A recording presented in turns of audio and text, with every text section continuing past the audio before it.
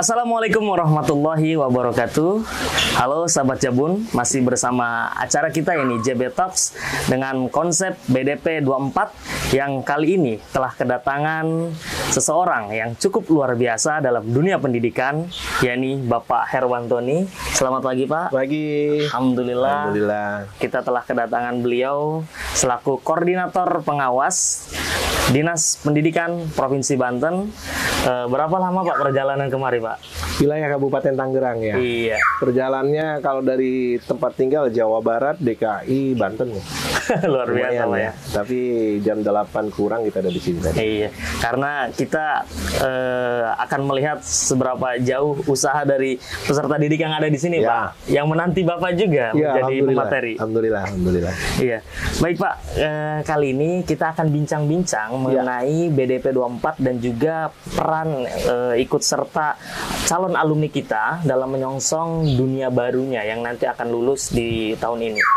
Baik Pak, ada beberapa pertanyaan Ya, lanjut. Pak Herwantoni.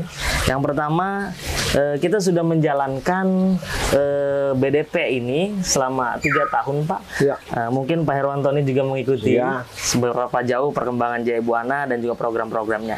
Nah, ingin kita tanyakan seberapa penting sih Pak program Buana Development Program ini untuk siswa-siswi SMK Jaya Buana maupun siswa-siswi di luar sana. Oke, saya coba ya. BDP itu arti Buana Development Program, jadi program pengembangan karir kerja masa depan anak pasca dia lulus dari satuan pendidikan. Saya kata ini sangat penting ya. Di pasca kelulusan itu sebenarnya ada pengembangan diri dia dalam bidang bekerja, berwirausaha atau melanjutkannya. Dan saya juga tadi tambahkan poin keempat, malah saya katakan ada juga program ke KUA ya. Iya, Ke betul. KUA. Ya, walaupun siswa semua tertawa ya, artinya mereka nggak terlalu menganggap itu serius, tapi perlu dicatatin juga pernikahan usia dini juga nggak baik ya. Saya setback, artinya ketika SMK memiliki 3 program unggulan BMW, bekerja, wirausaha, dan melanjutkan itu. Nah, kita berada, yang kita olah sekarang adalah berwirausaha dengan membuat program Buana Development Program ini.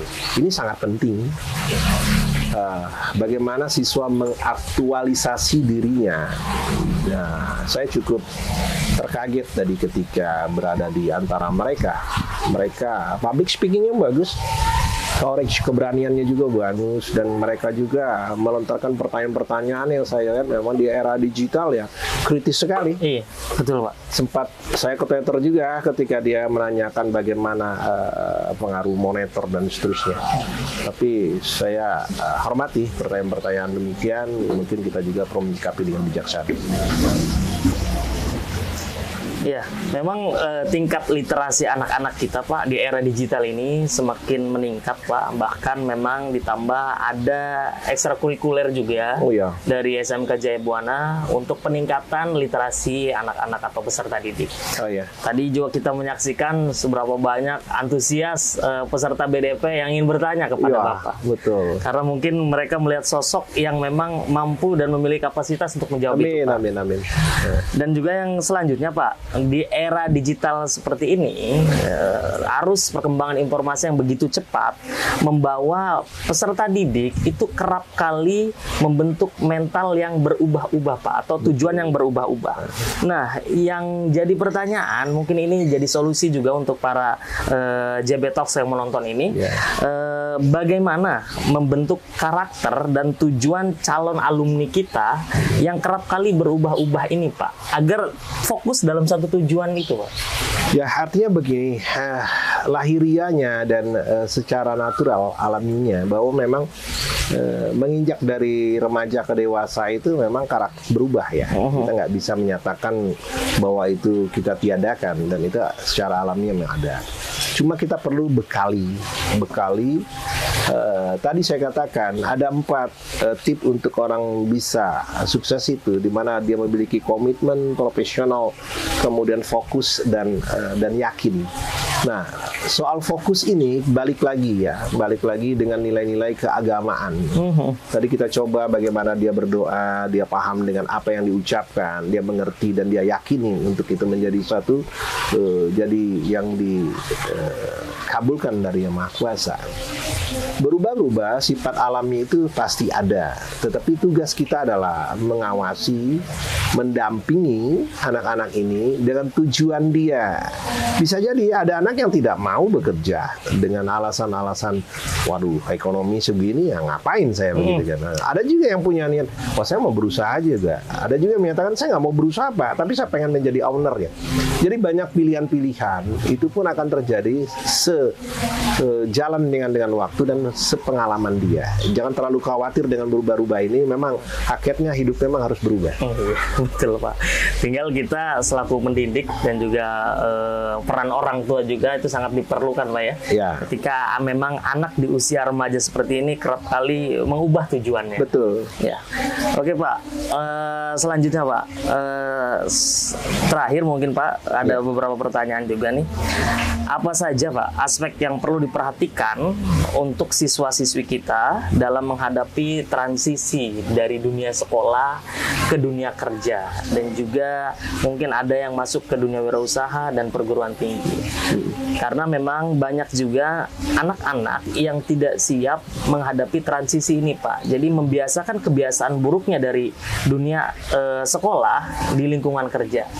Jadi mungkin seperti apa Pak aspek yang perlu diperhatikan untuk anak-anak kita Pak? Ya, jadi sebenarnya manusia itu kan aspeknya 3 ya.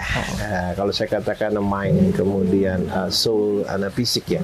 Jadi adalah konsep hatinya, kemudian konsep pemikiran dia, kemudian konsep kesehatan jasmaninya. Gitu. Nah dari 3 hal itu tidak bisa kita abaikan, semuanya harus. Jadi ketika dia lulus, itu kebugaran seorang anak harus dijaga. Kebugaran kesehatan anak itu benar-benar harus dalam kondisi paripurna. Kemudian secara spiritual, hati dan pikirannya harus sejalan dengan hak dan kewajibannya. Pertama adalah bagaimana dia mengabdikan pada Yang Maha Kuasa. Nah pikirannya pun harus dia mau nggak lepas dari doktrin-doktrin bahwa bekerja itu seolah-olah hanya untuk mendapatkan finansial. Bekerja itu tidak hanya seolah-olah untuk mendapat finansial. Bekerja itu bagaimana mengaktualisasikan kemampuan kompetensi selama ini yang didapatkan di bangku sekolah. Ya. Karena mungkin Pak, banyak juga di lingkungan kita, khususnya di Kabupaten Tangerang, karena kebiasaan buruk yang kerap kali terjadi di dunia sekolah, melahirkan terlalu selektif dalam memilih pekerjaan. Sebenarnya banyak industri-industri yang membuka lapangan pekerjaan untuk lulusan-lulusan SMK, namun lulusan-lulusan kita maupun lulusan-lulusan sekolah-sekolah lain condong lebih pilah-pilih Pak. Akhirnya lebih memilih nganggur dibandingkan untuk masuk ke dunia kerja itu sendiri. Nah itu mungkin solusinya tadi yang sudah disampaikan oleh Bapak. Nah Pak, Pak Herwantoni ini kan sudah melanglang jaya buana untuk menjadi koordinator pengawas. Banyak sekolah-sekolah yang sudah dibina oleh Bapak.